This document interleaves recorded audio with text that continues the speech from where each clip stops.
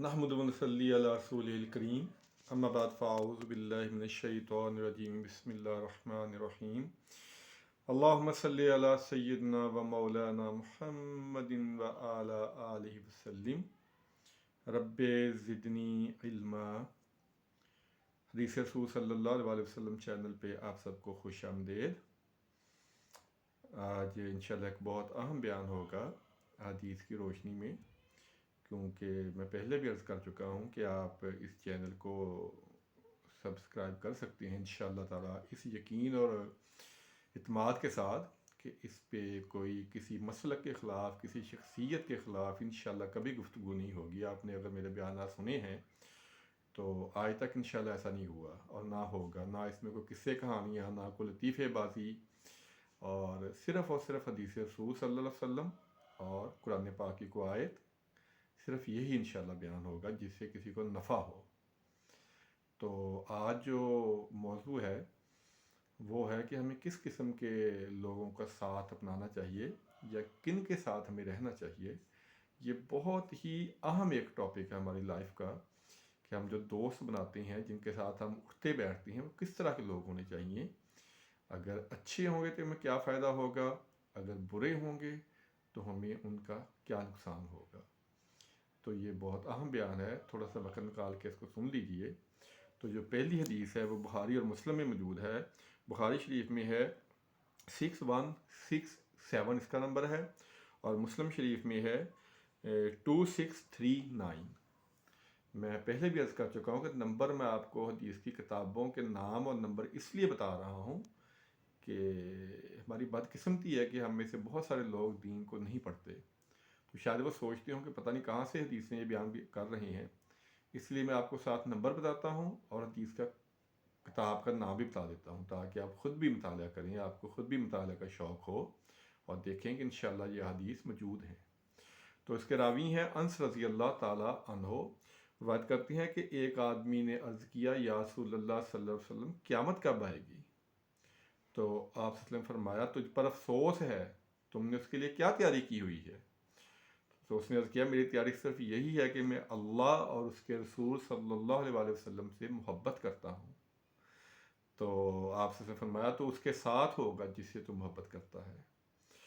अनस रज़ी अल्लाह ताला अन्हु बयान करते हैं कि मैंने मुसलमानों को इस्लाम कबूल करने के बाद इससे ज़्यादा किसी और चीज़ से खुश होते नहीं देखा।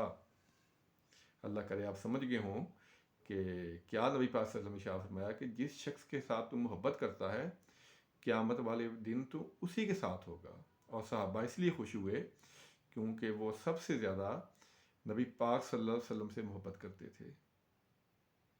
तो आपने फरमाया कि अगर तुम जिससे मोहब्बत करोगे उसी के साथ तुम क़यामत वाले दिन उठाए जाओगे।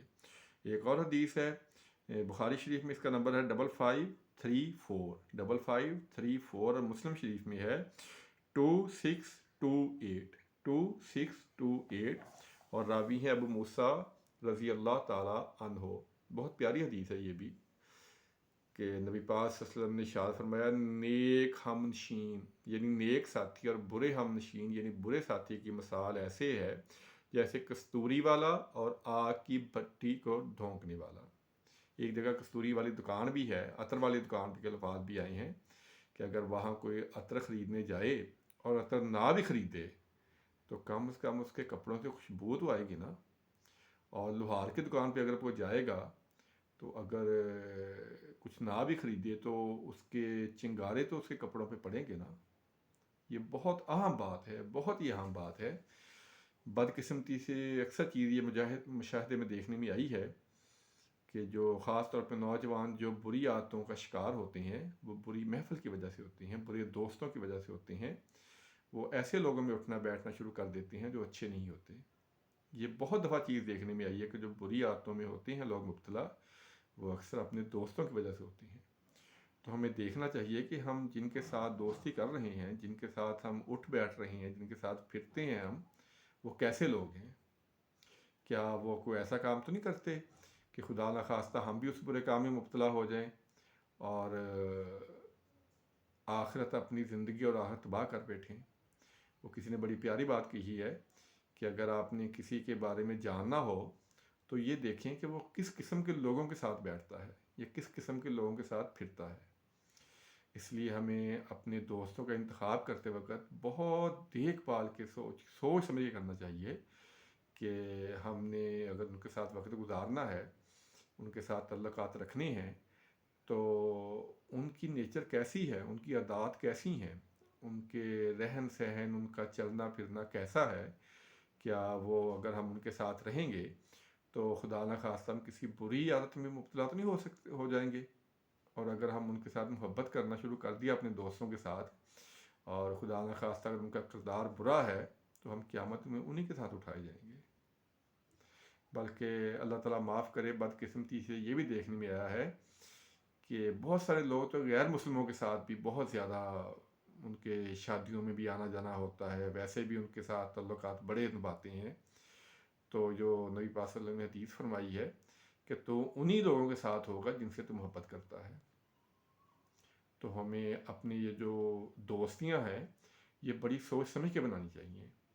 جو برا دوست ہوتا ہے اس کی مثال ایسے ہی ہے جیسے ایک لوہار کی دکان ہے کہ جب آپ اس کے ساتھ پھریں گے، اس کے ساتھ بیٹھیں گے، تو اس کا کچھ نہ کچھ اثر تو آپ پہ ضرور آئے گا۔ یہ ہو نہیں سکتا کہ آپ اس کا اثر نہ لیں۔ تو اگر آپ نیک لوگوں کے ساتھ، اچھے لوگوں کے ساتھ پھریں گے، ان کے ساتھ دوستیاں کریں گے، تو انشاءاللہ تعالیٰ ان کی اچھائیاں اور ان کی نیک اعمال آپ کے اندر بھی آئیں گے۔ آپ بھی ان اچھی عادتوں میں انشاءاللہ مبتلا ہوں گے جو وہ کام کرتے ہیں۔ اکثر دیکھنے میں آیا ہے کہ اگر کوئی نمازی ہو، پرہیزگار ہو، تو اس کے ساتھ اگر میرے جیسا گناہ گار بندہ بھی کوئی پھرنا شروع کر دے تو اللہ تعالیٰ ہم جیسوں کی بھی ہدایت دے دیتا ہے۔ تو یہ بہت اہم ایک چیز ہے، کیونکہ زندگی میں بہت سارے لوگوں سے ملنا جلنا ہوتا ہے۔ ظاہر سارے دوست تو نہیں ہوتے، لیکن جو دوست ہوتے ہیں ان کو بڑا سوچ سمجھ کے بہت احتیاط کے ساتھ لوگوں کے ساتھ تعلقات بڑھانے چاہیے، تاکہ ان کی وجہ سے اگر وہ کسی بری عادت میں مبتلا ہیں تو ہماری کوئی خاندان پہ، اللہ تعالیٰ معاف کرے، کوئی خاندان پہ مصیبت نہ آ جائے۔ ہماری جو پرسنل لائف ہے وہ تو ڈسٹرب ہوتی ہے، لیکن یہ بھی دیکھنے میں آیا ہے کہ دوستوں کی وجہ سے بہت سارے خاندان بھی پھر پریشانی کا شکار ہو جاتے ہیں۔ یہ ایک بہت اہم چیز ہے، اور وہی بات جو میں اکثر کہا کرتا ہوں کہ یہ چیزیں ہمیں اس لیے نہیں پتہ کہ ہم دین کا مطالعہ نہیں کرتے۔ ہو سکتا ہے یہ حدیث جو میں نے 2 آج بیان کی ہیں بہت کم لوگوں نے سنی ہو، اس لیے آپ کو میں نے حدیث کی کتاب کا نام اور نمبر بھی بتا دیا ہے۔ اور خدا کے لیے حدیث کی کتب کا مطالعہ کریں، دین کو پڑھیں۔ اس کے بغیر ہمارا گزارا نہیں ہے، اس کے بغیر ہم بالکل زندگی گزار نہیں سکتے۔ ہم بہت سارے کام گناہ کے کر رہے ہوتے ہیں جو ہمیں پتہ ہی نہیں ہے کہ ہم گناہ کر رہے ہیں۔ نبی پاک صلی اللہ علیہ وسلم نے ہمیں زندگی گزارنے کا ایک طریقہ اور سلیقہ سکھا دیا ہے، تو ہمیں چاہیے کہ ہم وہ پڑھیں اور نبی پاک صلی اللہ علیہ وسلم کی زندگی کو فالو کریں، ان کے نقش قدم پہ چلیں، بجائے اس کے کہ ہم ایکٹرسوں کو یا کھلاڑیوں کے یا دوسرے لوگوں کو آئیڈل بناتے پھریں۔ ہمیں اپنے نبی پاک صلی اللہ علیہ وسلم کو آئیڈل بنانا چاہیے، کیونکہ ان سے مکمل، ان سے پاک، ان سے بڑی ہستی اللہ نے دوبارہ پیدا نہیں فرمائی۔ تو جو آج کا بیان ہے یہ انشاءاللہ تعالیٰ اگر ہم اس کو امپلیمنٹ کر لیں اپنی زندگی میں تو ہماری لائف بہت اچھی ہو سکتی ہے، پرسکون ہو سکتی ہے۔ اور کوشش کیا کریں کہ دوسروں کے لیے آسانیاں پیدا کریں۔ دوسروں کے لیے آسانیاں پیدا کرنے سے بڑا سکون ملتا ہے۔ اللہ تعالیٰ سے دعا ہے کہ اللہ تعالیٰ عمل کی توفیق عطا فرمائے، اللہ تعالیٰ نیک لوگوں کی صحبت نصیب فرمائے اور برے لوگوں سے بچائے۔ آمین ثم آمین۔ السلام علیکم ورحمۃ اللہ وبرکاتہ۔